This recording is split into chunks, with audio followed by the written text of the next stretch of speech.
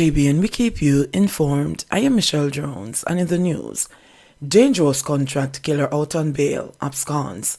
Please remember to subscribe, like, share, leave us a comment, and click the notification bell to receive our daily news items.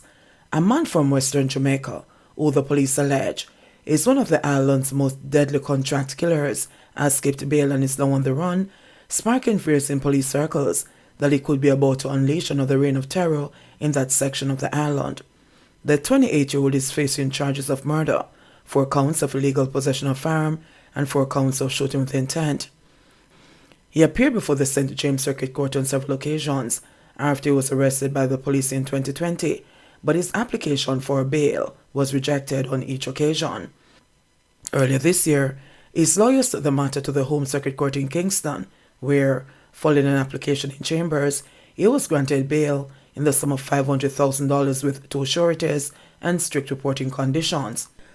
The alleged contract killer, who told the court that he was unable to walk and required surgery, was ordered to not return to St. James unless it was to attend court, not to leave the Kingston house of the family member who had bailed him, unless it was to go to hospital or court, report directly or have a representative report to the Kingston Central Police Station between 8 a.m. and 6 p.m. Mondays to Fridays, not to contact the witnesses, and to surrender his travel documents to the police. But when the case was called up in court earlier this week, the alleged contract killer was not present, and subsequent checks by the police determined that he had fled from the house where the court had ordered him to stay.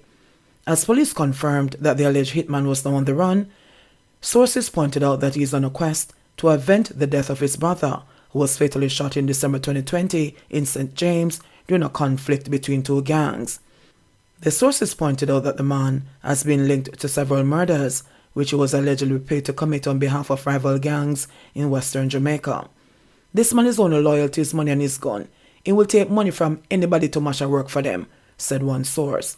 He is known as somebody who is cool and will kill anywhere and anytime, added the source, as he pointed to 6 murders, which the alleged contract killer was charged with in 2013. According to material which the police produced in court in 2013, the accused man traveled to Norwood, St. James, where he opened fire to a group of people, killing 3. Less than 1 hour later, he was in North Gully, St. James, where he opened fire at people, again leaving 3 dead. Acting on information, the police tracked and arrested him before charging him with all 6 murders. But after he was remanded for several months, he was freed by the court as witnesses, including those who had identified him as the shooter in the incidents, failed to appear for the trial. Since being freed of the murder charges, the police have linked him to several barbaric acts, including the brazen daylight fatal shooting of a man in Adelphi, St. James, in November 2019. In December 2019, the police went in search of the suspected killer, who intelligence suggested was on his way to carry out a contract killing on behalf of a gang, but he managed to elude the police, leaving behind a Glock pistol with 29 rounds of ammunition. The hunt continued for him until September 2020, when members of the security forces responded to reports of the fatal shooting of a man in Catherine Hall, St. James.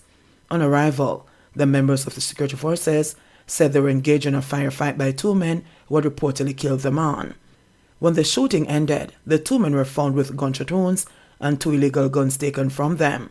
When one of the men was identified as the island's most wanted contract killers, the police were confident that they now had sufficient evidence to put him away for a very long time. But now that he escaped bail, there are concerns that he could soon resume a life of killings and extortion, which made him feared in sections of Western Jamaica for years.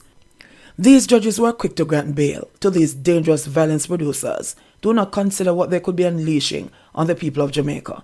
We have repeatedly argued that violent criminals are being granted bail too easily, a policeman who had tracked the alleged contract killer for years argued. This is a very dangerous killer who is on the loose to continue his terrorism because a judge either did not read or act on his antecedents before granting bail. This is so frustrating, he said. JBN, we keep you informed. Please remember to subscribe, like, share, leave us a comment, and click the notification bell to receive our daily news items.